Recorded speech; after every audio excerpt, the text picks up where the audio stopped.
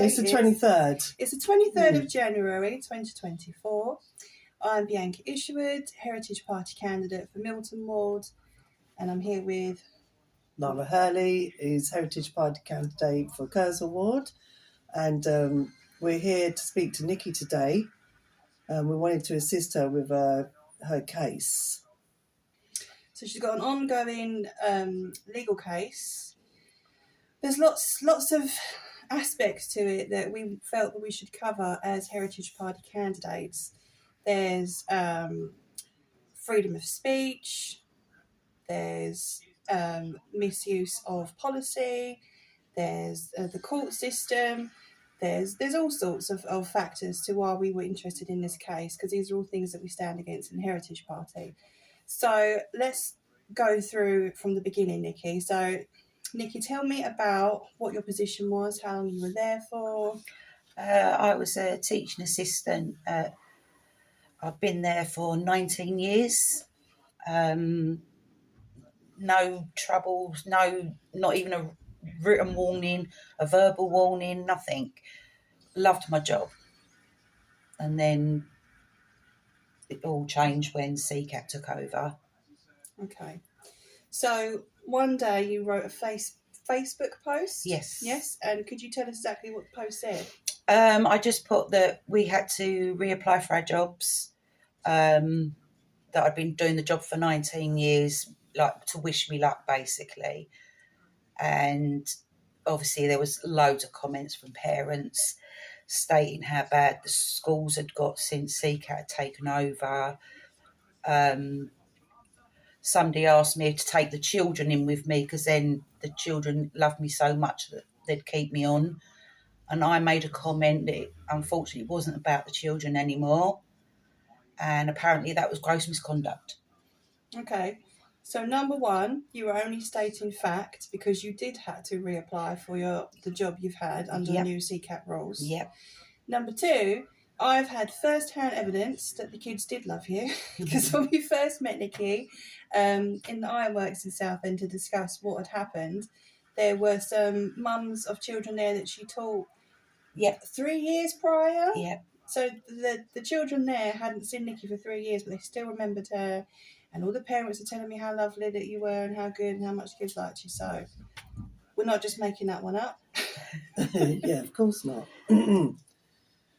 So how did the school come to gain knowledge of this Facebook post in the first place? Apparently it was which I didn't know at the time because it wasn't put in the investigation paperwork, that an anonymous email stating to the headmistress at the time that this post had gone up, and they didn't think that it was appropriate, and also that a child's photo was put on by a family friend who I've known for, since I knew the grandparents from the Eagle Club that I used to do the entertainments when I was about 20.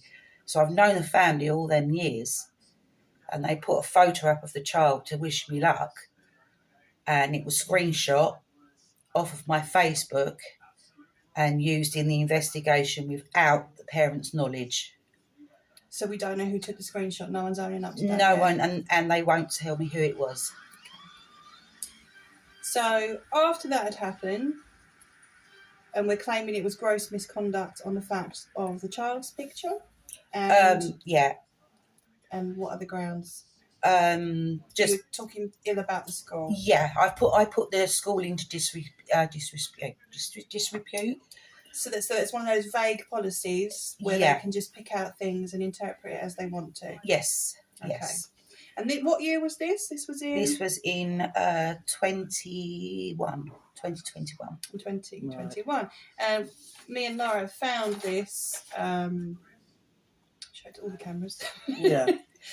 This is the strategic plan that was brought in 2020 to 2025, sECAT. And we'll talk a little bit more about that later, but just noting that this came in 2021 and this incident has started in 2021. So we'll come back to that in a little while. So what was the next thing that happened? I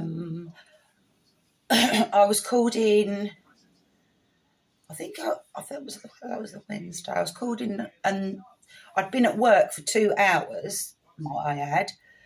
I was teaching a class phonics when the headmistress came and said that she needed a word. I said, okay, like once the teacher comes back with a group, I'll come and see her. Wasn't told that I could take somebody in with me, wasn't given an inkling what it was about. I actually thought it was about, I was going to be told what if I'd got the position and what hours I had. I went into the office where HR were with Miss Moneypenny, the headmistress, and she said, told me about this post that had been seen, and I said to her, but that's my opinion. But it was she said, no, it's not an opinion, it's gross misconduct. You've put the school and the trust in disrepute.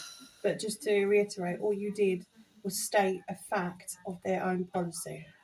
I actually reiterated what the CEO, Ruth Brock, had said in our meetings at every single school across the mat, that it is not a school anymore, it's a business, and it will be run accordingly.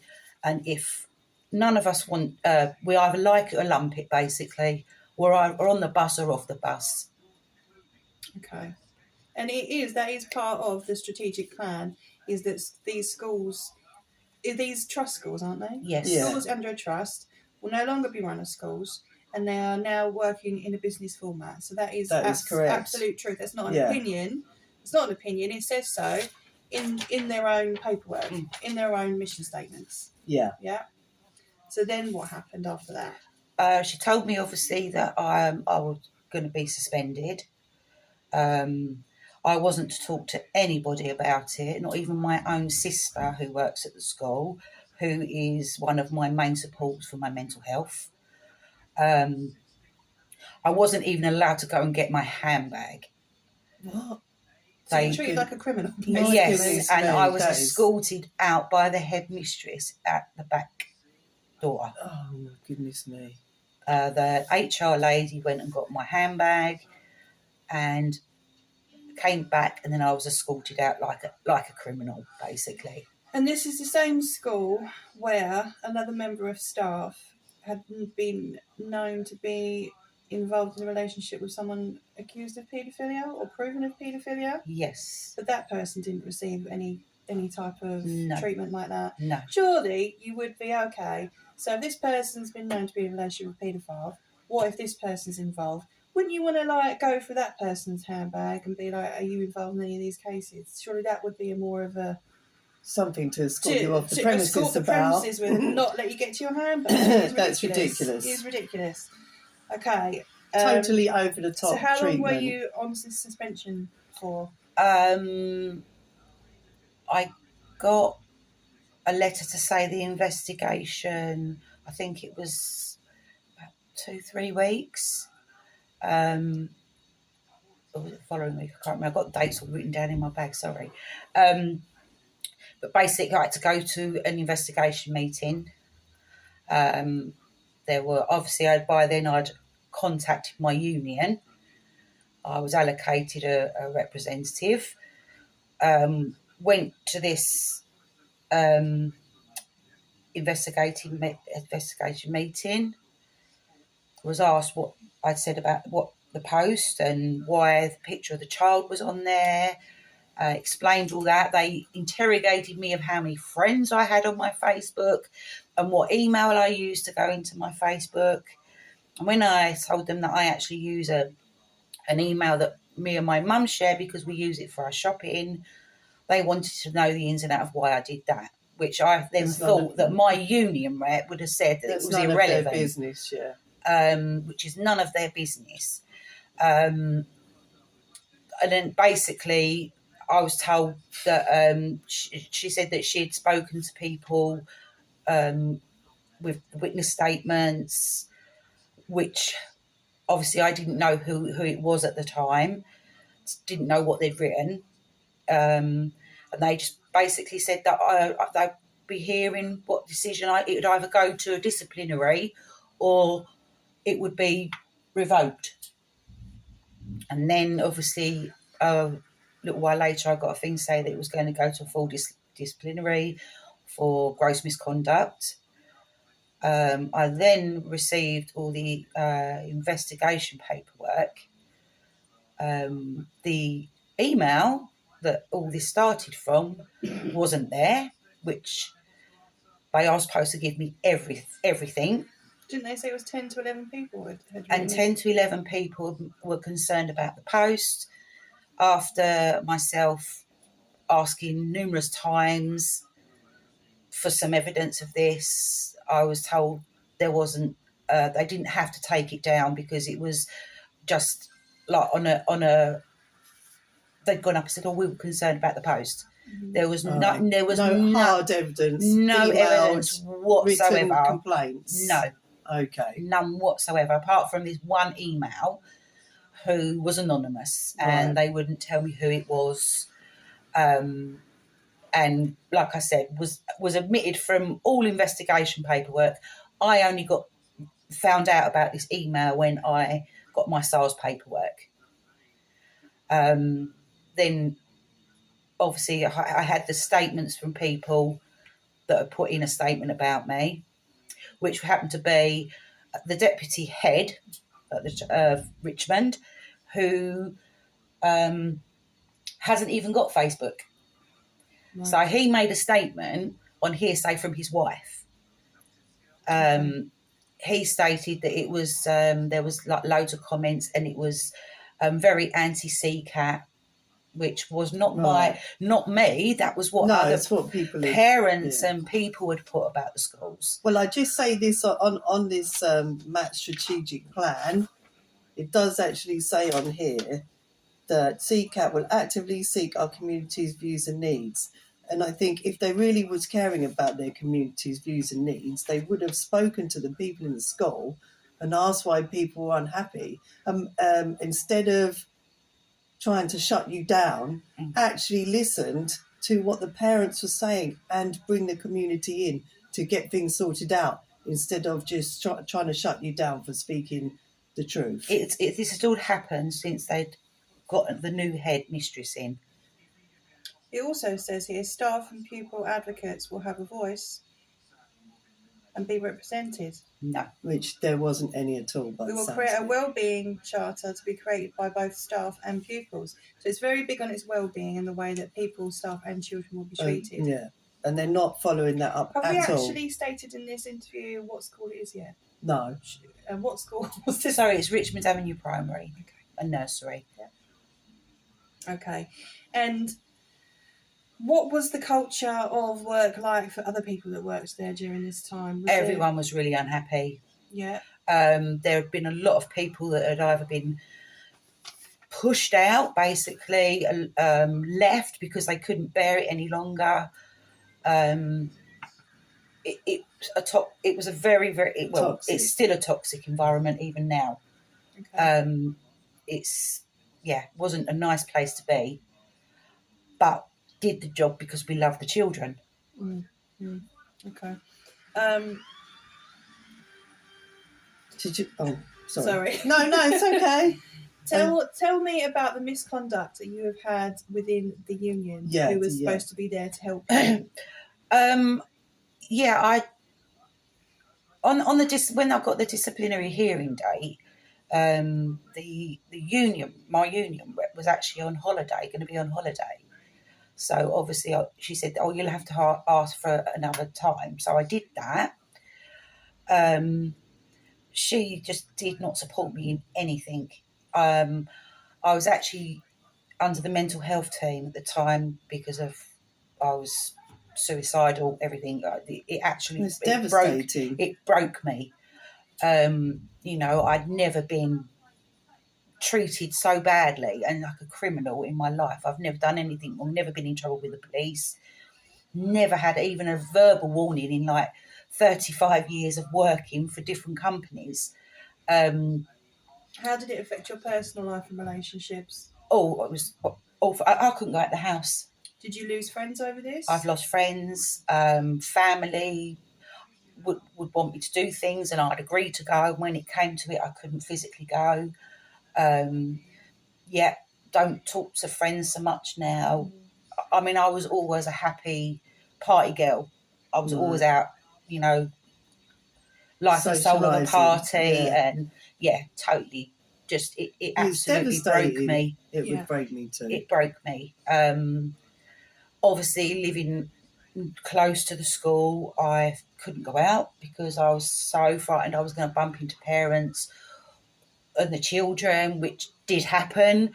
And, you know, the children would run up at me, cuddling me. Oh, we really, really miss you. When are you coming back? And I burst into tears in the shop because these children were, and, you know, it was the parents like, what's going on? What's happening? You know? But I couldn't explain, couldn't tell them because I was told I couldn't speak about it. Which I found really, really hard because obviously, like I said, with my sister, just because my sister works there, who is one of my main supports with my mental health, you know, I couldn't discuss it with her. Because the school had told me that I was not to discuss it with my sister. There's no legal around. It wasn't part of a legal case going that you couldn't talk to. They just told you. They just told you could not live your private life and talk to your sister. No, I was not to discuss the case with her whatsoever. And then there was an incident where you were misguided by the union rep. Yeah, there was a big deal about that, wasn't there?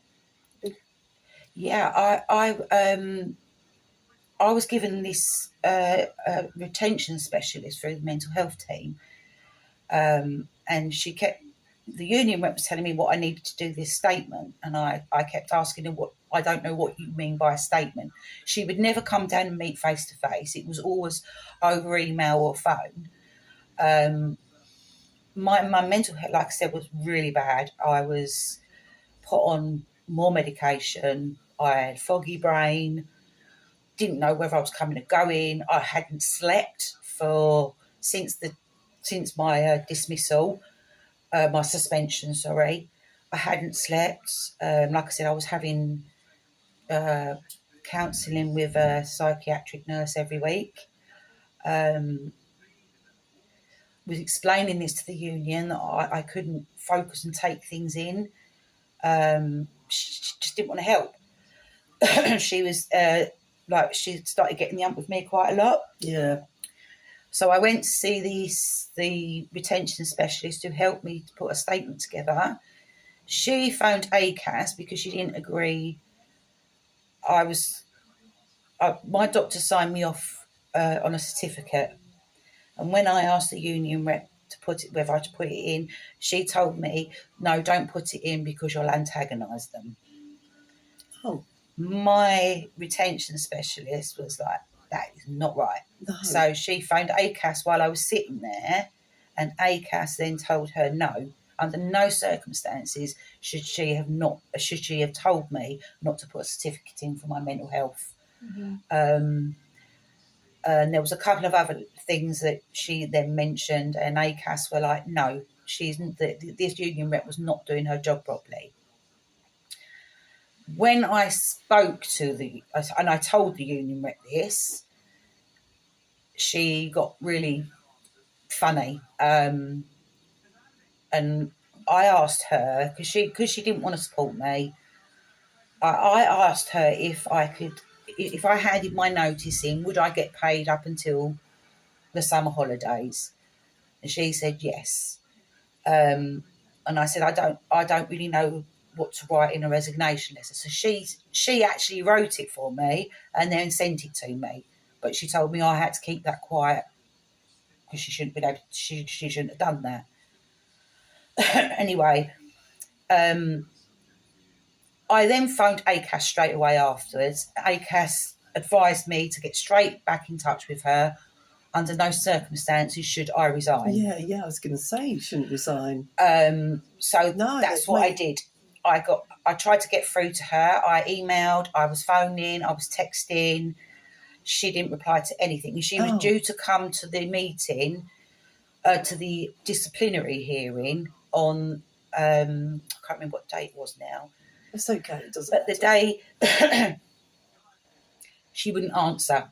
And then the day of the meeting, at about 20 to 11, I think it was, because my meeting was at 1 o'clock, message to tell me that she wasn't coming. That any questions, I needed to get in touch with the secretary. And did you already, at this point, you hadn't handed in? No, I hadn't handed. Not No, at this point. They told me to go to the meeting, which I was going to do. You should have had someone with you, shouldn't you? Yeah, so I phoned the secretary of this union, and she basically turned around and said, "What did I expect? Because I've been, what was the word she used? You were too difficult. I was difficult." Oh, you were difficult. And I said to her, "How was I difficult?" And she said, "Oh, you was trying to get her to do things that you got more money." I was like, I didn't even mention money. The only money I mentioned was to get when paid. If I Everyone would get, deserves to get paid. if I would get my Wages and 4 weeks notice or whatever it was. I said that was the only thing that money was mentioned. I said, I tried to get hold of her. I said, and she's ignored. Oh, well, she was in a meeting. I said, well, all night. You were told that. I said, no, I wasn't told that. She said, well, I've seen the evidence. I said, well, what evidence have you got? Because there isn't any. And she said, well, what do you want me to do about it? And I said, well, I've got no representation now. She went, well, that's tough, isn't it? Oh, wow. Isn't that their point? Wow. Isn't that the Yeah. point of them? And I said, she's got so many cases. I said, excuse me, I pay you for a service, and I expect that service when I've been paying into a union for many, many years. And she basically said, no, sorry, that's just tough luck. So And put the phone down on me. Oh, wow. Wow. Can we also just confirm what ACAS is for Yeah. the sake of the interview? ACAS are an advisory service for employers. Like they can give you advice over the phone, or and they have to. Employers have to follow an ACAS code when they're doing disciplinaries and grievances and everything else. Obviously, I got in contact, and this was because I told her that ACAS were not happy with what she was doing.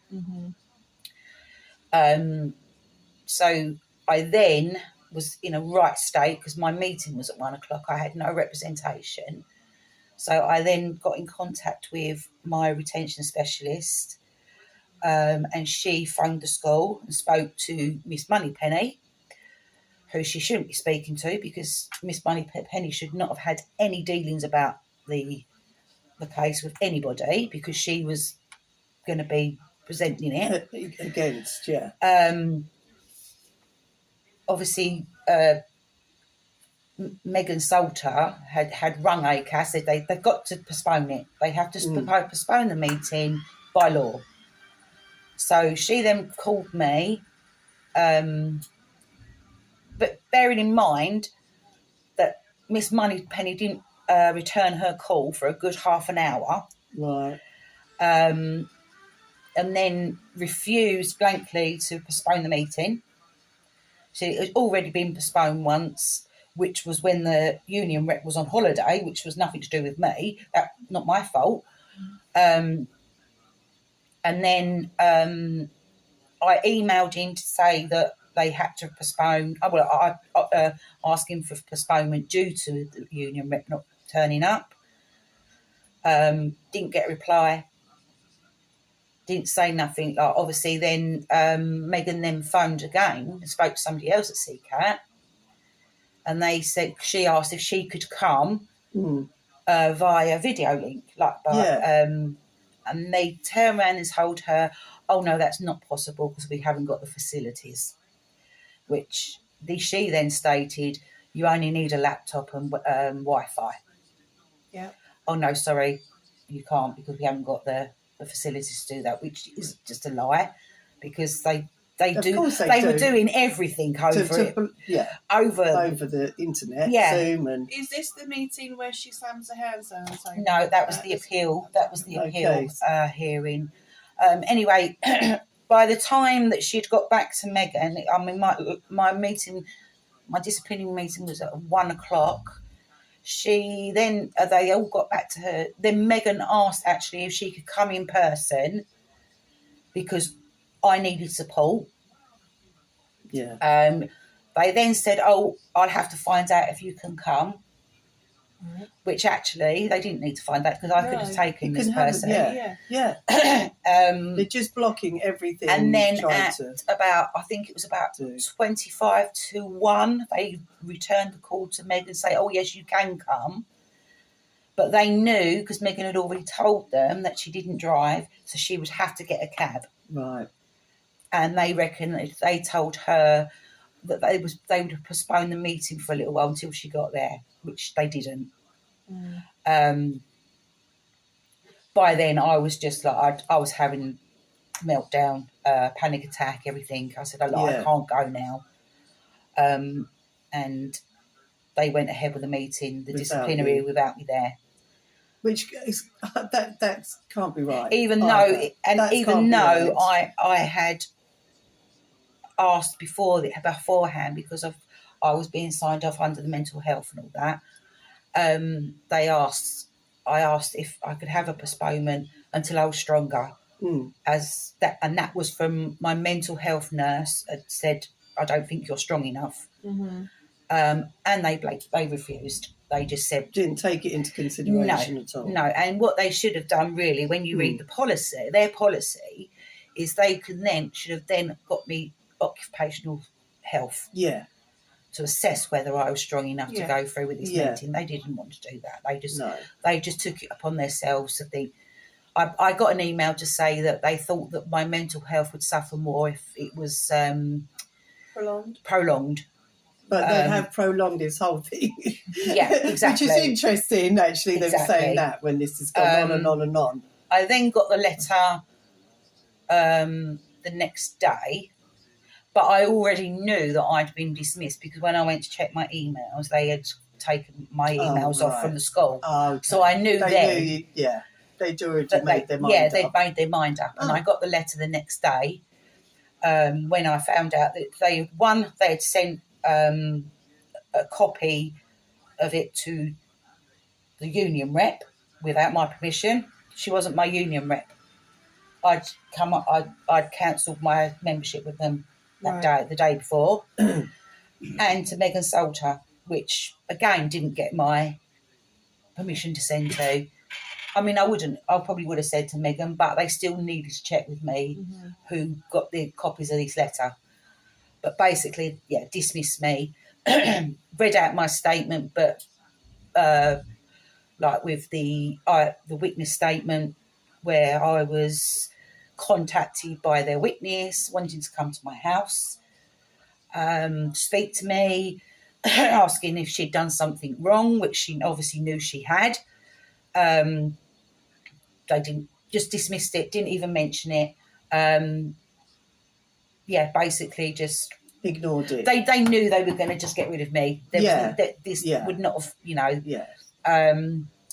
just ignored everything that I'd said in the statement. It wasn't a fair disciplinary. No, I had, and also I had proof through my SARS paperwork that Mr. Stickley, who was the COO at the time, the CEO of the school of sECAT, had emails between himself, Miss Moneypenny, the head mistress, and Jan Decker, the HR,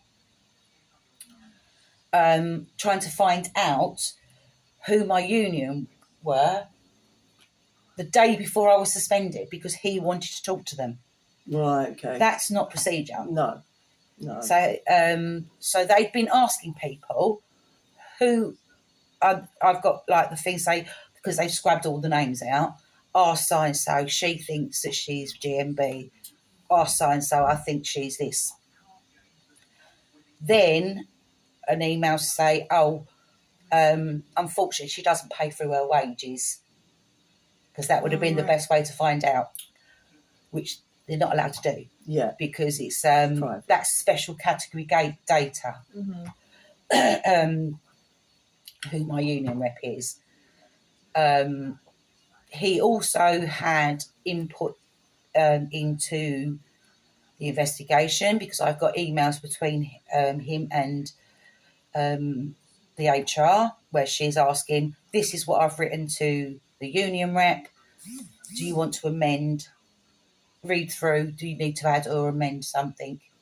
So he's had input with your union rep. With well, yeah, he'd obviously spoke to my Must have union done rep, then. but the HR obviously had written this, whatever she'd written. This is what I'm sending, and then on to Mr. Stickley to ask, is this okay? Basically, so he'd had A input. hand in it, which he shouldn't have And done. they're not, when you like ACAS guidelines, anybody that's had input into the investigation should not be at the disciplinary. No. So he should never have been there No. supporting the headmistress, because that's what he was there in that capacity, apparently. So, and I'd already got an email to say from that he'd sent Miss Moneypenny, oh yes, this is definitely calls for investigation into gross misconduct. So he'd made up his mind from before I was even suspended. Yeah. Yeah, so I've got the emails. I've got the emails between them trying to find out, obviously my union rep, which they're not allowed to do. That's my private. They must have contacted your union rep then. Oh, without a doubt. Yeah. Okay. So, do you want to go on to the appeal? There's a lot of this people's union, not the individual reps, but the companies talking to the company that an individual is coming from. So it's like, what's the point of paying for a union when they're not acting sovereignly and independently? No, because I know from what she told me that she had a lot of dealings with. She spoke to Mr. Stickley an awful lot about other cases that were going on, and she told me that. Oh wow! And she was even trying to she asked me if I could get hold of a piece of proof for another case that she was on. And then she backed off after she asked about the letter of dismissal, and then she letter of resignation, and then she backed off after that. Yeah, she wouldn't. Yeah, but it was once I told her about ACAS. What ACAS has said, she didn't like it. Yeah, and she's backed right off. She said to me that I was taking advice from someone that was not legally. What was it? Or knew what they were talking about. Was with like Megan sold to her through my mental health, but that is what she was there for. She was an employment specialist, and obviously I wasn't getting the answers off my union rep, so I then went to Megan, who helped me. And then when I was showing her like correspondence between myself and the union rep, she was like, "This isn't right." So then obviously she then phoned ACAS, and they was like, no, she's not doing her job properly. And it was also... she's working for them, isn't she, by the sounds of it, not for you. I think there was 3 or 4 other people at the time had this same rep. Within your school? Within my school. So there was more than one case. You. Yeah. And they all ended up leaving this union because... And these people that also had cases... There obviously must be for various reasons, but were all 3 of you people ones that were on a higher wage? Yeah. So there is this push to get rid of the higher paid staff and also the more experienced staff. One, so that they can pay people less, because new teachers and younger teachers, you'll be paying them less due to their age and experience. And also... we believe that a lot of the younger teachers, they're fresh out of university, they're pumped full of all these new, what do we call it, Lara? A lot of social Marxism within them, which is, they're trying to bring all these agendas and teach them to the children, whether it's, critical race theory or the RSE or the, climate alarmism, things like that. Yeah. So you're not going to get a new younger teacher going to sit here and talk about it diplomatically with the children. It's going to be this is this, this is this. And they're all going to be filled with that. Yeah, contributes definitely to that. Yeah. Yeah. I mean, you know, these people that were leaving, and I mean, one case, it just seems funny that the deputy head's wife got the job. Yes, very strange. The lady had been doing the job Yes. for 21 years, and all of a sudden, she wasn't doing her job properly. Oh, okay. Oh. And in the end, obviously, she couldn't take it anymore, so she handed a notice in. And obviously the job was put open.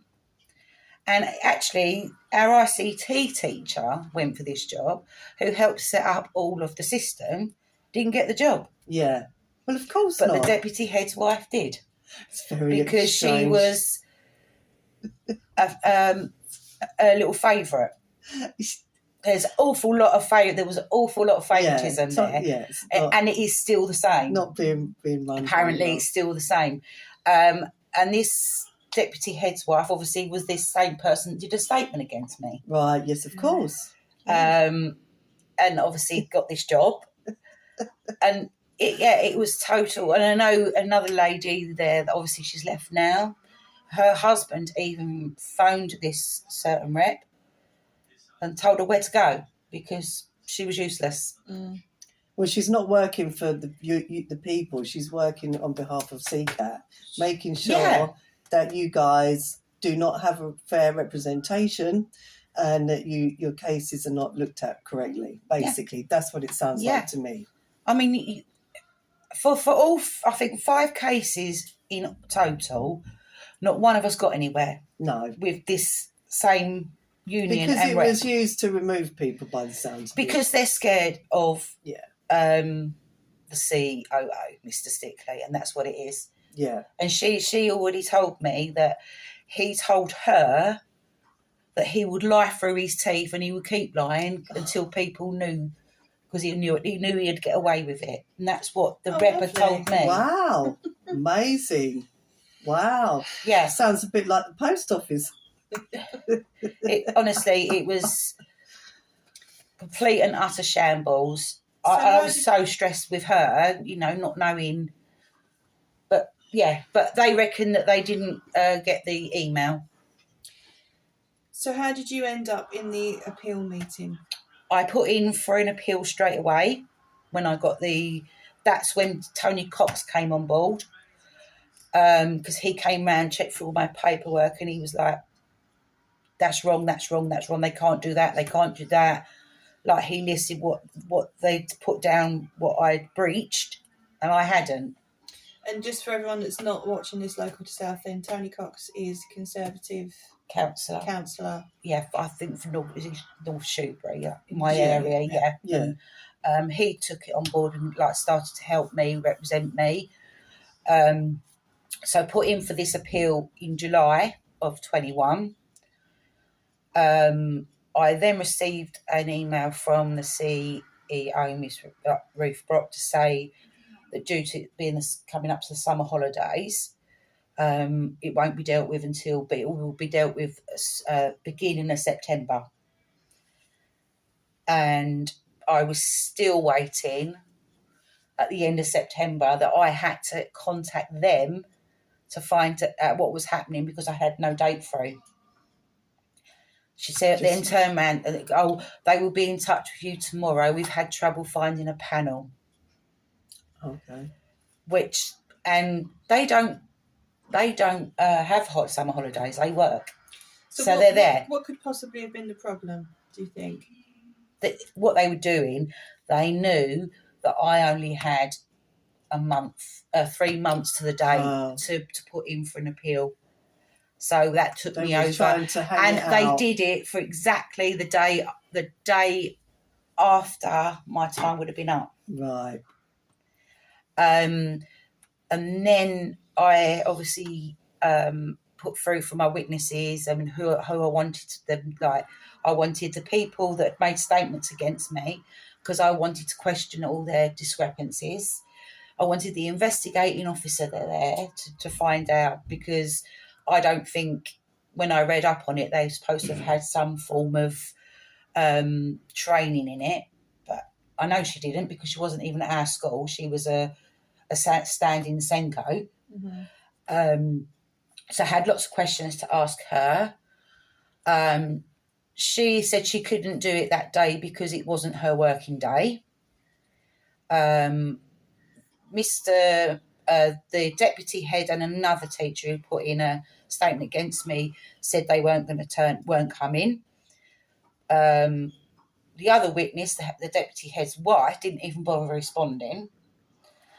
So we then said, Tammy and Tony Cox, that we would not attend a kangaroo court if I didn't have people there to say, actually, you've lied on your statement, and I wanted to bring that up, and to make it a date where the investigating officer was a working day so she could attend.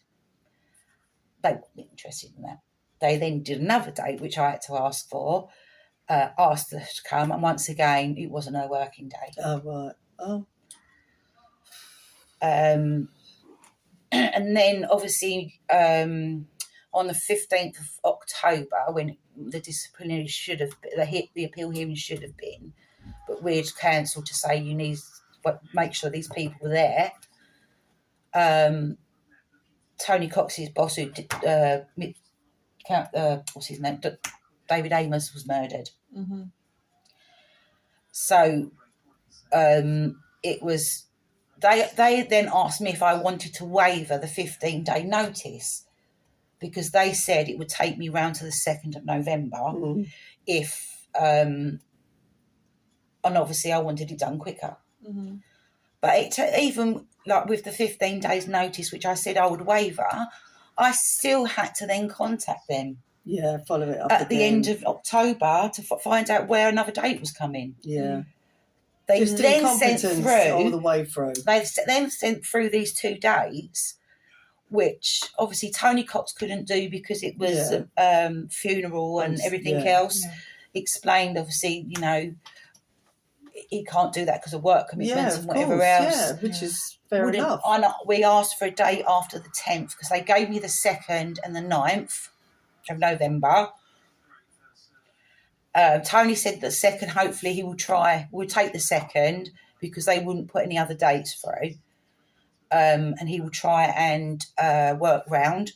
But unfortunately, he couldn't. There's no way he could with what had happened with David Amos and everything. So they then said, right, because we'd refused that one, they will make it the 9th.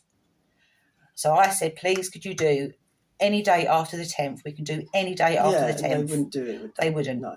Refused blankly. And also, what I'd like to point out is the HR person that I was my contact person, also turned up as the HR advisor to the panel at the appeal hearing. Right, okay. But her name had been left off the paperwork. Right. Isn't that... They're not supposed to. No. Not supposed to. They say that it's not good practice to have the same person. Oh, so there's no actual law or policy against that? No, it's just ACAS guide. Yeah, it's not good practice. It's a guideline. Okay. Yeah. Because they're going to be... They're supposed to be impartial. Yeah, they're not impartial. But she obviously had known everything that was going on because she'd been my contact person. Yeah. All through this appeal. And then she's on their side in another way. And then she went on to the panel, which obviously I wasn't aware of until the day I arrived there. Right. I received my appeal paperwork the evening before. I think it was the 10th of... So the 9th of November. Yeah. I received the paperwork on the 8th of November at 4:33 via email with 163 pages that I was supposed to read by 10 a.m. the next morning. They said I would have a paper copy when I got to the appeal hearing. Got to the appeal hearing, obviously then realised that this HR person was there. The booklet was 365 pages. Right. They were quoting, every time I was asking questions, what page are we talking about? I don't know. because I haven't had time to read this. No, it's there was impossible. 163 pages came through in email at 4:04 the evening before, and now I'm sitting here with 325 pages that I haven't read. Yeah, I haven't had a chance because I've only just seen it. it's totally unfair. Yeah, so they kept quoting all this to me, what page, and I was like, I don't know. I'd given them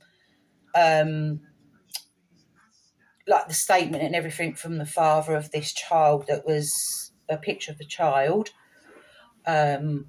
Once I was dismissed, I then asked... that is only one aspect of it, though, isn't it? Yeah. So I don't know why they keep bringing that up, because it's not the main aspect of it. No, when I said about this child, and I asked them, because she then said to me, well, how did the father know? And I said, well, I asked him. Well, it's confidential. I said, no, it wasn't. I'd been dismissed. I had every right to ask this person. Give us. Were you aware that this your photo of your daughter that you put on my Facebook was being used in an investigation against me? And he was like, no, we knew nothing about it. Yeah. So he then done me a statement, and he said, you breached GDPR. Yeah. They breached their own policy. Yeah. Which I, obviously said to them at the appeal hearing, that had been breached. Was this the meeting the chair lady was shouting in? Yeah, because Tony couldn't get... He said that he was going to try and attend by Zoom if he could get out of the meetings and everything to do with David Amos and whatnot. Yeah. But obviously he didn't have... he didn't get through. So I literally had no witness to what they would... they were going to just... I had 7 members of sECAT there against me. Yeah. And the actual chair was shouting at me because I said the policy, some she asked for, and I said, well, the policies some of the policies are a bit vague, and she literally slammed, right, I will stop you there, really shouted at me. It's a very big trigger because, as we said before, a vague policy is there intentionally so they can bend the law to their will. Yeah. And then when I asked her not to talk to me like that and to stop shouting at me, and I said to the girl taking the minutes, can you please note how she's her aggression? I was then trying to explain to her, but she was still shouting at me. I said, you're not giving me a chance to answer any questions. And all she kept saying to me was like, where's your proof that we refused the disciplinary? I said, in Megan Salter's statement, my retention specialist, I said, and my email. And she said, well, we're not here for statements. I said, but you've just asked me where's my proof? Yeah. That's my proof. Mm-hmm. And then that case said, when I passed the email round to show that I had emailed for postponement, actually, Ruth Brock's face, she looked at Miss Moneypenny as if to say, like, why didn't you tell us this? Because they were unaware that I'd sent it. And she reckons that she'd already left for the meeting. Okay. But this was at 12:01. Right. So it was an hour before the meeting. So she would have got it. She knew she had that. Obviously, and then I had Megan's statement to state that she had also asked for the postponement. Yeah. And it was refused. But I was literally shouted down. I was told that, I wasn't there for statements. Everything I asked, she kept saying, well, they're not here, are they? They're not here, are they? That's all I kept getting. Right. You've got no witnesses here, they're not here, are they? And that is literally all I got. They stopped because I'd give them some... They said that I should have given the evidence in beforehand. And that's when I said about it being a bit vague. Asked me to leave the room so they could photocopy. And I went to take all my bits with me. She went, no, leave that there, which I know stupidly I should have taken with me. Because I had I'd gone through... strange request. I'd gone through everything, like every policy that they had breached of their own policies I'd written down. So they wanted to look through what you So basically, I think that's what they were doing. And then I was stuck I sat for about 15, 20 minutes, I think. This is to photocopy a couple of things, yeah? So I went back in, then said about the suspension, like, you breached your policy there because I wasn't told I could have somebody with me. Yeah. Oh, we need to postpone the meeting again so we can go and print out the policy. And I said, well, actually, surely you should know it. If I'm supposed to know it, you should know it. And Mr. Stickley then said, well, of course I know it. So I said to him, can you tell me what it says? And he said, no, I'm not telling you. Honestly, it was complete shambles. The headmistress then sat there and said, I told you that when you came into the office that it's very serious and you can have somebody with you. I said, no, you didn't. You did not at all. Then she looked at this HR lady who was at the suspension meeting and went, didn't we, Jan? Didn't we, Jan? And Jan was just sitting there looking like, she looked just like into space, basically. Didn't we, Jan? And then Jan went, oh, yeah, I remember that. And I was like, you know damn well that you didn't. Yeah. Well, they did everything in their power for you not to have someone with you. And, it was, they wanted me there. They told me that I should be at that meeting whether represented or not. And during this time, I'd phoned ACAS. She had turned, the lady at ACAS said it was actually bad practice, but go to the meeting. Even if I wasn't represented, go to the meeting because it's going to look better at the tribunal. Because the tribunal would take it all into account. And then obviously, in the end, she was shouting at me. I was a nervous wreck. I then just said, look, we're getting nowhere with this. You're not listening to me. You're not answering any questions. I said, all you're doing is stating, well, they're not here, are they? They're not here. You haven't got a witness here. I said, I'm just going to take it to the tribunal. And she then asked me, she said, no, just take a few minutes, think about it. And I said, no, it's no point. And I packed all my stuff up and I went. Yeah. Then obviously waited a week for them to get back with the outcome. Mm-hmm. And then I read the minutes, because I'm sure that any minutes taken I'm supposed to read. Yeah. Mm-hmm. I didn't get a copy of these minutes until the outcome. And when I then emailed and said, look, why was I not given these minutes beforehand to check or to read through and amend if needed? And I also put, and can you please confirm why your name was left off of any paperwork when you turned up as an HR advisor, knowing that you'd been my contact person? Yeah. And I got an email, and then I put that I'm going to go through the minutes with a fine-tooth comb because there's a lot of untruths in there. Yeah.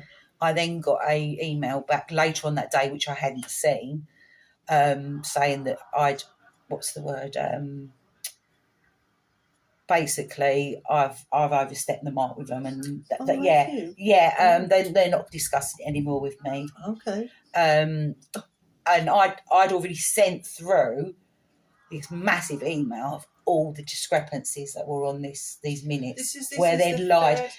They told me on my minutes that I was shouting over the chair, and I was like, what? There was nothing I'd asked her to put down about her aggressive behaviour, but they turned it as if it was me. Opposite, yeah. There was loads and loads of. I've still got all the emails. I can show you all of it. Where my email that I sent them with all the discrepancies, because they basically lied. Yeah. And made it out that I was the one shouting, and that when I asked about the witness contacting me and why nothing was done, and then they said, oh, well, she didn't know that she couldn't talk to you. And I was like, but she signed a statement. It's here in front of me that she signed to say, you do not talk to anybody about this. And you're telling me that she didn't know. But I couldn't even talk to my sister. Yeah. Oh, yeah. But that was okay. Yeah. And I said, but because it says on there they'll face disciplinary action if they do. So I said, what's happening with this? He said, I can't discuss that with you. I said, well, are you going to talk to this person? Because they've breached that. I mean, what's their policy that says that is a good enough grounds to give them a disciplinary on? Yeah. That's ridiculous, really. But we've had, I know, like, teachers were leaving as well because there was a certain TA who had really bad mental health issues, or what they'd done to her, how they were treating her. And her teacher went in to ask, like, what was going on and to back her up, basically.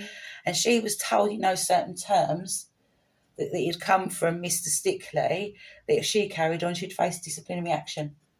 Wow. Because she was in there sticking up for her TA. Goodness me. But what I'd like to know what the actual policy is for that to end in disciplinary action. Like what? Whatever they make up by the sounds of it. It is, yeah. It's what he wants. If he thinks well, I'll give you disciplinary for that. Yeah. If they target you, then they'll target you and they'll pick anything on you. And they were doing it. They targeted one of the estate managers, a poor man. He was being gunned for. Yeah. Because it started off with the governors. They did the governors. Then they went to the heads of all the schools. All left. Yeah. All got rid of. Then it was support staff. Then obviously all like the estate technique, everything. Yeah. So it's part of a strategy to reform. Absolutely. Yeah. Absolutely. And and I know it's still going on. I know it's still going on, and I know that. I mean, one person already off with mental health because of how she's being bullied by this headmistress. I know that one of the teachers has already told the headmistress about her approach to people, and another teacher has left because she can't sit back and watch her treat people the way she's treating them. She's gone. That's terrible. She said, I can't do this anymore. No. So I can't sit back and just sit and watch how she's treating people. So do you want to tell us where you're up to date now with what's happened? So you've done your tribunal, and then what happens? What's the time limit as well? They've had you waiting for replies, which they shouldn't be. I phoned. I obviously during all this time I'd been in contact with ACAS. When it first happened and they hadn't given me a date for my appeal, I spoke to a guy called Graham at ACAS, and I wrote it down because, like I said, my mental health was awful. I couldn't retain information, so everything I wrote down. He advised to do early conciliation. So, okay, well, what do I do? Well, that's okay. Have the appeal, then you can apply. It gives you longer, blah, blah, blah. When I actually worked it out at the time, once I knew how long I had, he'd done it 2 weeks early. So I would have had an extra 2 weeks on top of that to then send my appeal, send my claim to the tribunal. So ill advice from him has given me 2 weeks short. Right. Well, it possibly could have been even more than that because you have to wait for the conciliation certificates. Right. So they said by the time I'd sent, because I'd waited for my appeal, the outcome, because I really thought that once they sat back and looked at it all, that it was a witch hunt. Yeah. And that she was gunning for me because I don't know. She said people were unhappy at the school, which is a fair point. I think she knew that I could see what her game was from day one. Yeah. Because other people from Thorpe Dean Primary School, where she was originally, had all said the same thing. She'd done the same to a lot of staff there. Right, wow. And they'd already said what she was like and what would happen. And it absolutely worked out to a T. What they told me would happen happened. At your school. Wow. And then obviously when I sent off my claim, as soon as I got my appeal outcome, sent that off, recorded delivery, and that was round about, must have been about 18th, 19th, something November. Then received an email on the 6th of December to say that they'd received it and that they would be in touch. No need to phone for updates. We will get in touch with you. So I thought, okay, that's fine. Then obviously it came round to the following November and I still hadn't heard anything. I thought, this is ridiculous. That is terrible. So it's what, a year? Are you saying nearly a year? A year. A year. You had never heard back. Hadn't heard anything. You'd sent all the documents in they'd asked for, and they never replied to you the whole year. My goodness. Whole year. So I phoned them and I thought, I need to find out what's going on. So phoned the tribunal, East London Tribunal, and the man said, can't find your case. Wow. I said, well, it was sent, I've got the email to say that it was received on the 6th of December or whatever. Right, he said, I'm going to look through the other, I don't know, like other systems, I don't know, different tribunals. He came back to me, no, we still can't find it. I'm just going to speak to my manager. So he went and spoke to his manager, then came back and said, right, really sorry, I'll have to call you back. We're going to have to go and look for it. Like, we're going to have to try and find it. I said, okay. Received an email that afternoon to say they'd obviously found it, but with sincere apologies for the delay in processing my claim. Could I send the conciliation certificates because it's too late for them to get them from ACAS? So I said, yeah, I've got them. So I sent them straight away. And then on that was a Thursday. I remember it being a Thursday. And on the Monday, I got the letter to say that it had been sent to sECAT, and a date had been done for March for this hearing. And then it was changed to a preliminary because the respondents were saying it was out of time. Because according to them, I had to the 3rd, October. But obviously I wasn't aware of that. And sECAT did everything they possibly could to make that last, so that it was out of time.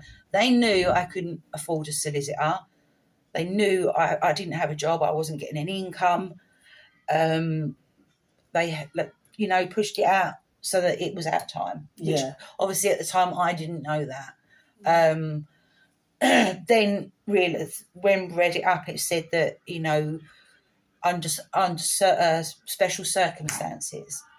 Now, I think that my mental health and everything else that happened between this, David Amos getting murdered, like Mr. Cox not being able to represent me at the times, everything. It all just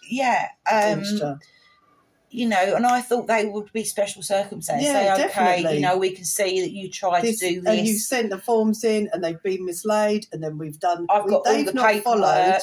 They've not followed the procedures correctly on their side. They're complaining that you haven't followed them, but they definitely haven't followed them. And you have followed them. You don't know the system. It's the first time you've had to do this kind of thing. And even at the preliminary hearing, the judge and the respondent's solicitor were conflicted of when the time should have been anyway. Right.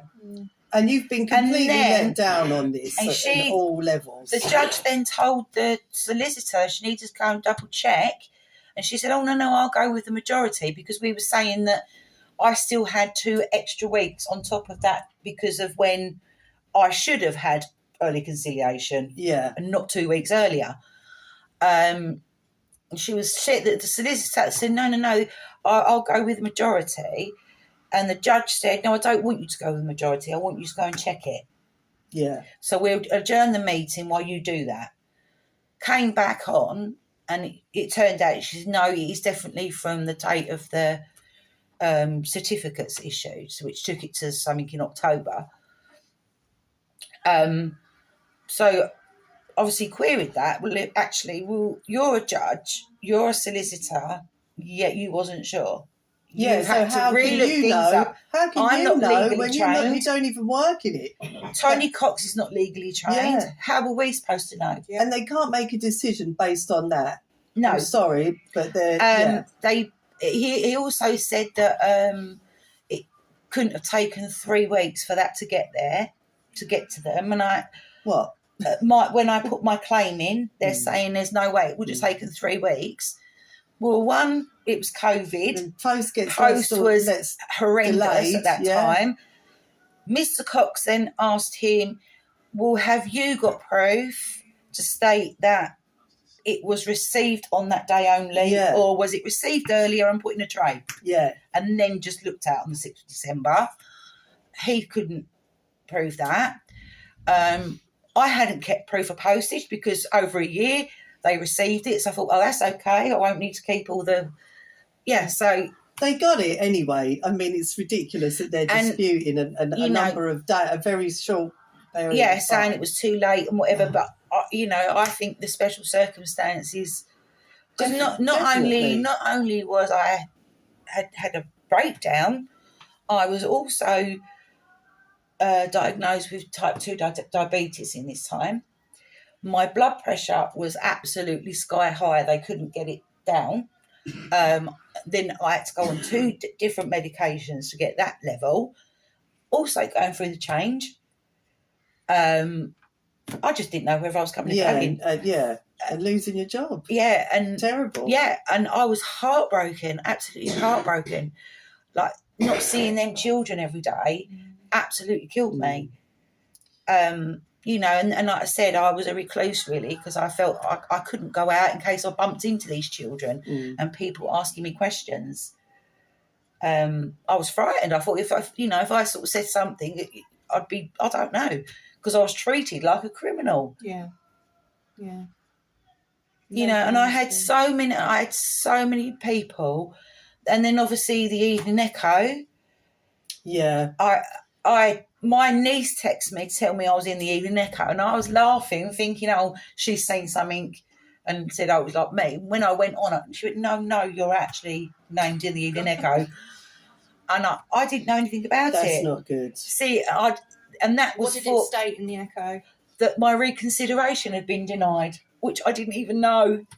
You hadn't been told. I hadn't been told. This was the first time that Echo had reported your case. Yeah, with my name. And what did it say that the reconsideration for what? What details of the case did it give?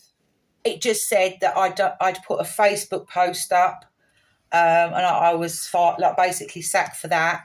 So that leaves it. That's very vague. Yeah, that was it. That was all it is. People could be thinking all sorts of things in their head about what. And obviously, loads of people commented, but lovely stuff. They put loads of lovely stuff about me. Oh, that's good.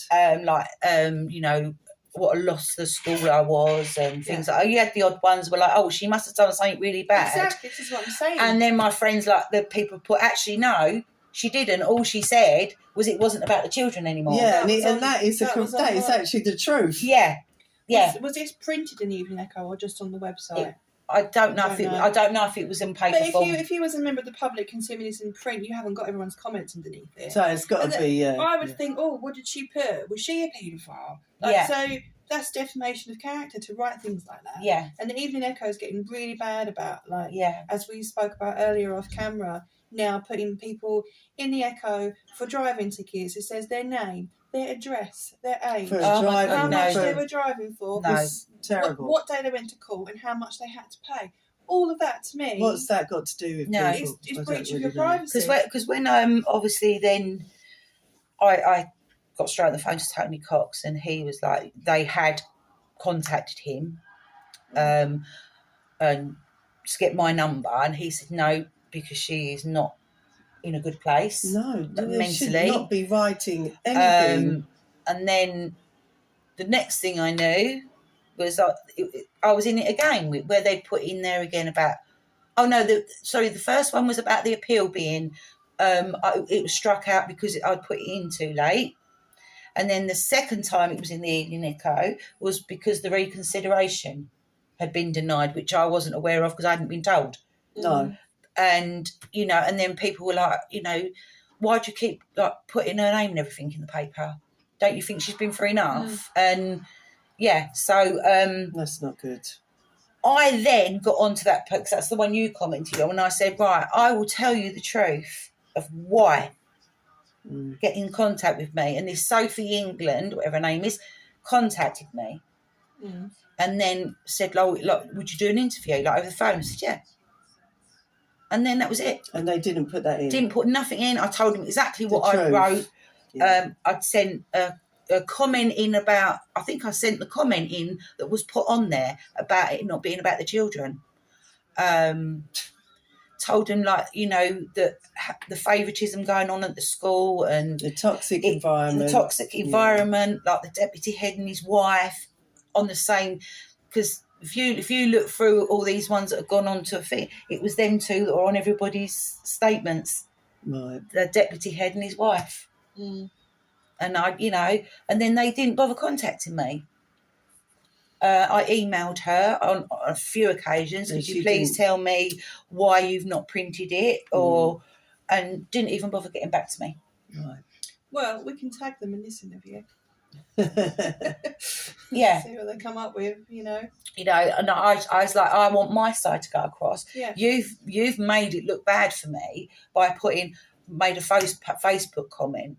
Like you say, that could have been anything. That I could have been a paedophile, anything. Yeah, well, I just think, well, what was it? Yeah, you know, she must have been really, you know. Well, they like to sensationalise as well, don't they? And people unnecessarily. I know that's how the news sells, but still, not on someone's life. You're not a public figure. You're not a celebrity. No. And that really set me back. I just started to come up a little bit, and then that happened. Yeah. I was back at the doctor's because I was, you know, and then like my medication's been tripled. The judge at the tribunal said, oh, but you've suffered with anxiety for 20 years since you lost your dad. Yes, I've suffered, but I've been on one tablet, the same tablet for all them years because it's kept me on an even keel. Yeah, but this hasn't. No. Them doing what they've done, I had a breakdown. You know, I didn't deserve any of this. No. And, you know, now I'm on triple medication. I'm on so many pills, it's untrue. I've never had to take medication like that in my life. You know, I have counselling. I have to, you know, a psychiatric nurse and, you know, doctor's appointments. And they don't, you know, and that's what Mr. Cox said to him. It could take one little thing for that to just bang. Yeah. And he basically said that none of my mental health history or anything else had anything to do with my claim being made. No.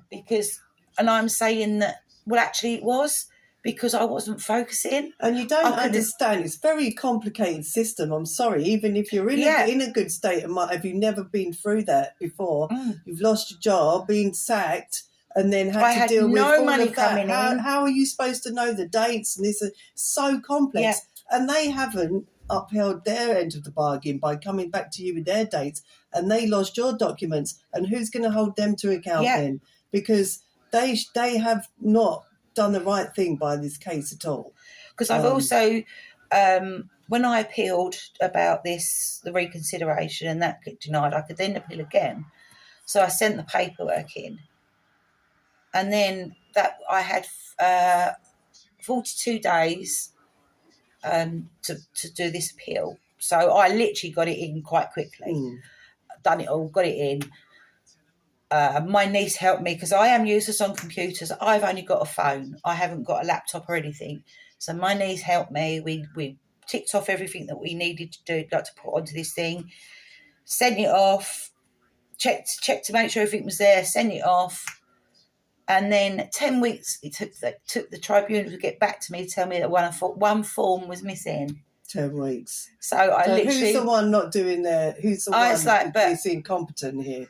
It's ridiculous. It was all there. I'm not going to send 15 attachments and leave one off. So I resent the email. Proving that it was attached on, you know, it's attached there.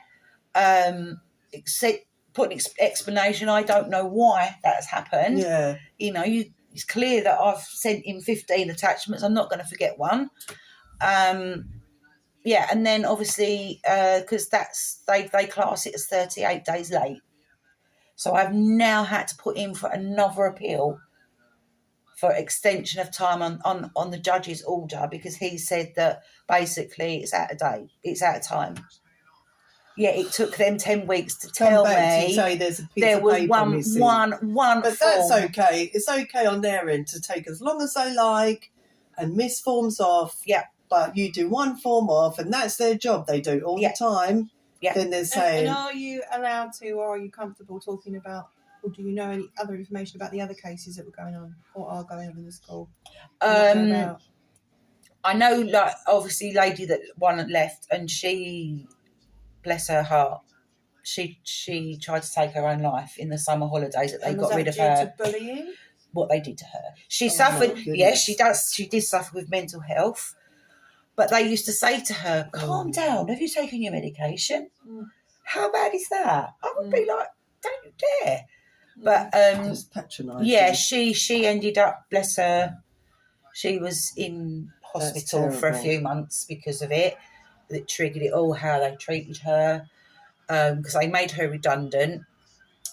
And then obviously she still worked up until her redundancy day, and then they put her on gardening leave because she had queried why she was on her own with 2 year 1 classes at lunchtime, when they had 2 nut allergies. Right. There was an autistic child that used to just run off. We had a couple of that had really bad behaviour issues. And she queried, well, why am I on my own? You need to have an assistant, definitely. With, you're talking 60 children with these special What's needs. the legal ratio for that? I'm not sure. But they reckon it was fine. And if one parent had complained, if a child had come home and said we only had this person looking after us today, what would she have been liable? And I'll tell you what as well, they were doing. I didn't have my first aid up to date. They didn't put me on a first aid course. So if a child fell over in that playground, I was not allowed to see to them. Right. I had to then take them inside. I was the only one out there. Yeah, that's not good. Yeah. I can't then take a child in and leave 59 children out there on their own. This is what it was like. And this lady brought it up, and she said, you're not safeguarding the children and you're not safeguarding me. Yeah. And then they said that they told that they put things in place and whatever, and she was like, but you haven't. And they said, yes, you have. We have. I just think you not know. There's something wrong with you. Something wrong with her because of her mental health. Yeah, I would just. And then saying to her, have you taken your tablets today? And is this the same people that were in when, obviously, your situation? Yes. Yeah, so it's the same people, same thing. Same thing. And when it first went to the academy, it was run by Mark Schofield, who was the head of Shrewsbury High. Nothing changed. He was true to his word. Everybody had their own budgets and whatever else. Nothing changed whatsoever until this Ruth Brock took over. And then it's all changed. And it's strategy 2020 to 2025. Was she in 2020? Did she get brought in 2020? What year did she I can't remember what year she was brought in. I know the first couple of years it was Mark Schofield, because he was the head of Shrewsbury High at the time, and he took it on, and it was no change. Everything was running just as it should have done. So they must have brought this new strategy in. They brought this new strategy in. And then, obviously, he retired. Yeah, and then she got the job, and it's just gone to pot. Yeah, it's gone to pot, and and you've only got to look at the turnover of jobs. Yeah. In every school. I know there's over 30 staff that have gone from Richmond alone. Wow. And not last year, the year before, 27 teachers left Shrewsbury High. Teachers. Because they've had enough. Yeah. Being treated very badly. Yeah. And every time you look, there's always jobs going, because they can't get people to work for them because their reputation is so bad. What do you think? How do you think the children suffer it? in that. It's not It's, fair. it's on them. non-consistent for Yeah. them then, isn't it? With It's- that much turnover Yeah. all the time. They like to have teachers that you've been there a long Yeah. time and all the community knows you, and now that's been severed. Because they say about the community, they don't The- want the- that. They don't want that feel from the schools, because it's not about the parents or the children. No, it's a business. You know, now. before we was in, they were in this academy, it was a community school. Yeah. Parents could come and talk to us. Parents would come in. We would help the parents, you know. Yeah.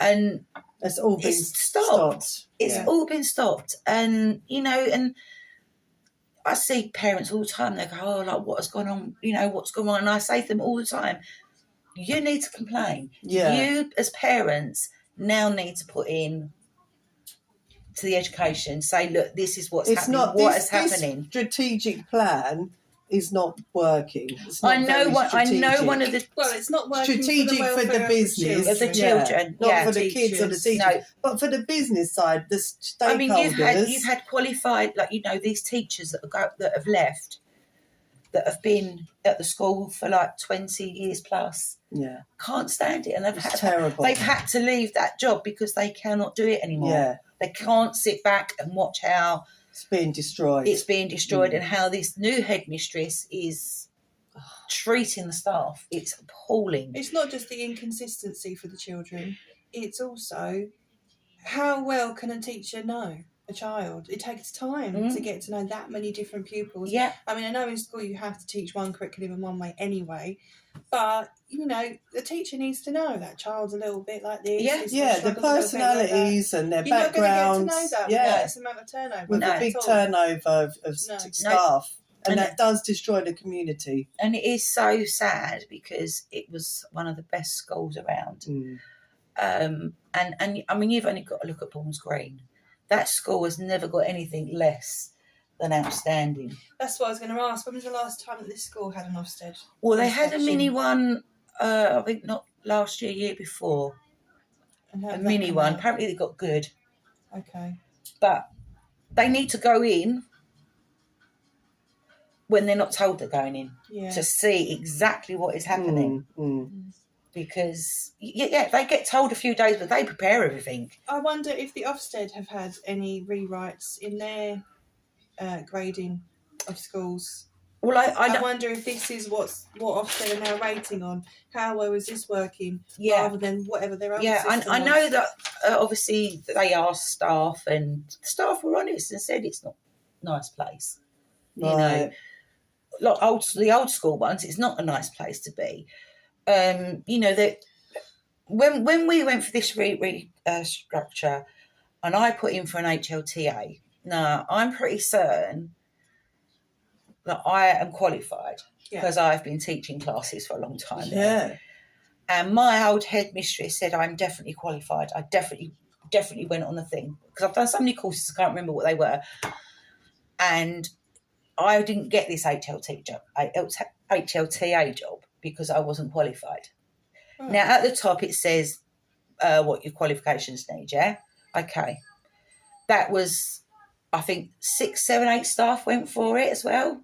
Everyone was told no, they didn't have the qualification. Is it a new one? Is it a new No. one? No. They took on a person, no qualifications whatsoever. Oh, so they can pay them less. So someone like an apprentice. Yeah. She came in on more money than the TAs. Oh, okay. So there was massive. That was another thing that caused a load of problems. Yeah. And people were leaving. They said, you know, I've been asking for more hours or this, that, and the other, and we're told no, and we're not qualified. And then they're bringing Give it someone that isn't qualified. Wow. And, you know, it's people were leaving. And I know one of the teachers has asked why there's not been a red flag. Why is this not reduced red flags with what's going on? Yeah. And, you know. Well, because everyone's all shouted down to the fact Yeah. that they've got the mental, They just tell you it's your emotional fault. capacity to People stand up are to it. so frightened to lose their job Yeah, because of course. that is what they're threatened. Yeah. My witnesses that I had that were there to prove that on my statement that this person had lied were threatened with their jobs. Yeah. You know, and that is just not right. No, it's not right, Tom. No. That in itself is a breach Yeah. of a lot of things. You know, that they go on about whistleblowing. You Yeah. couldn't do whistleblow without any repercussions Of course from you them. can't. Yeah. Because they would be, they'd be the first to say, oh, like, you've said this about somebody. Especially if it's like, I don't know, this new headmistress, and I don't know what it is. But, yeah, I think she's been the one that's been sent in to Restructure everything, regardless of divide and the conquer is the word. divide Divide well, and not conquer. restructure And in not a good way. You know, yeah, and I think, like, obviously the CEO doesn't see what she's doing, because, you know, They must do. Yeah. They must do. and he's happy for He her to must be know. like that. But They then must know. he's happy for her, you know, he's happy for him to, you know, for her to be like that with the staff, because he thinks it's okay. Yeah, well, it's not okay. No. It's going backwards. And honestly, all of them up in sECAT House are, well, they just follow whatever he says or whatever they say, because they know they'll probably lose their job. They know they will lose their jobs. Yeah, they lose their job. Yeah. And it's just awful, you know. And then I said, you know, when you try and make a stand and make a fight and say, actually, you know, what you've done to me is not right. No. You know, you've caused me to have this breakdown and my mental health, and No, you've lost your job. You've been 20 years in a job. I mean, absolutely loved my job. I love those kids. And do you ever think you'll go back into that career in any capacity? No. I could never. I mean, people were sending me through like jobs that were going in schools, and I was like, I can't. No. I cannot do that now. Do you have any other career options that you could be qualified to do? Would you ever consider private tutoring or things like that? Child minding? You just not, No. No. Do you know what? I've literally, end of my career. Because prematurely. Yeah. And I've got no motivation now. I think now that that's happened, I'm frightened to go and get another job. In case you get another situation, circumstances like you know, that. and like I said, I'm 53 now. Mm-hmm. You know, I done that job for nearly 20 years. 20 years, yeah. And, you know, to have it taken so, snatched away like that for a comment on Facebook that was not even it's not even bad. It wasn't. It was the truth. It was a quote of their own policy. Yeah, basically. Procedure. And, you know, but it's the way, obviously, like I said, being treated like a criminal. Not even allowed to go and get my handbag. It's disgraceful. And marched out with the headmistress at the back gate. And the weight of this hangs in this reappeal. Yeah. So this is now, in May, it's going to be 3 years. 3 years. That I've, you know. And what are the possible outcomes from the reappeal? Do you know or not really know? No. All I can do is obviously just say, look, you know, I don't know what's happened, why it didn't come through, you know, why did it take 10 weeks for you to then respond to tell me it was missing? And, you know, because I sent it in with loads and loads of time. So from the time I put it in for them 10 weeks for them to turn around and say, oh, it wasn't there. I know they've got all their rules and regulations, but surely they can see you've done.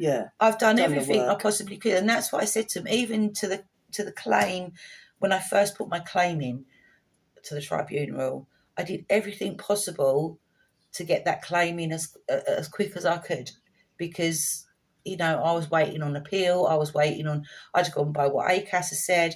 The judge is telling me that ACAS wouldn't have said that. Well, they did. I'm not going to make you sit and make that up. I wouldn't have had it in me to sit and make up. No. You know, I was just like a zombie. Yeah. But accepted written evidence for the Citizens Advice Bureau, but then wouldn't accept the ACAS one. That I'd written everything down. It's very strangely selective. Yeah, and, you know, just to make assumptions about my mental health and tell me that I was in a fit state to do stuff when he doesn't, you know, and I've got doctor's notes, got doctor's letter, got certificates. Actually, that's there telling you that no, I wasn't in a fit state. No, because you've just been thrown into losing your job overnight, and I think it's run out of battery. Okay. We better wrap up. Yeah, we should do. Yeah. So we will keep you posted on the Update update of Nicky's case. And is there anything else that you haven't already said that you would like people to know? Maybe a message that everyone needs to stand up? Yes. To speak out. Yeah. Speak out, because careers are being just snatched away from people, and it's not fair. No. And I'm not talking just about like TAs, and I'm talking about the heads, like all staff. It's just being snatched away from you, and it's, you know, make a stand. Yeah. You know, I'm not going to let this go. I don't feel, you know, I'm not strong mentally, but I've got that bit of fight in me, because I want Good. people to know what they've done and how they've treated people, and I'm not letting it go. I will get it out there some way or the other. And So- those powers that be have let you down. That's supposed to be there to help you. Yeah, Everyone needs to be held accountable for their... Yeah. I've been let down misconduct. by union, you know, ill advice and everything else. It's just not fair. No. You know, I just want them to know, sECAT, to admit they were wrong. They should And not have done that. They should never. It should No. never. If they wanted me, they should have given me a warning to take it down. Yeah, that's really... They've Take gone it down, right over you know. the top. Yeah, straight away without Well, they've used it for their purposes Yeah. of obviously trying to trying move to get rid of it. people Yeah, on. get rid of people. Yeah. So we will continue to expose all agendas and all misconduct Yeah. here at Heritage Party Southend. And we're signing off. Lara Hurley, Curzon Ward candidate, Bianca Bianca Isherwood, Isherwood Milton Ward candidate. and Nikki. And Thanks this- for talking to us Thank today. you so much. Thank you, And thank we you. will keep everyone updated on Nicky's case. Thank you very Thank you, much. Nikki.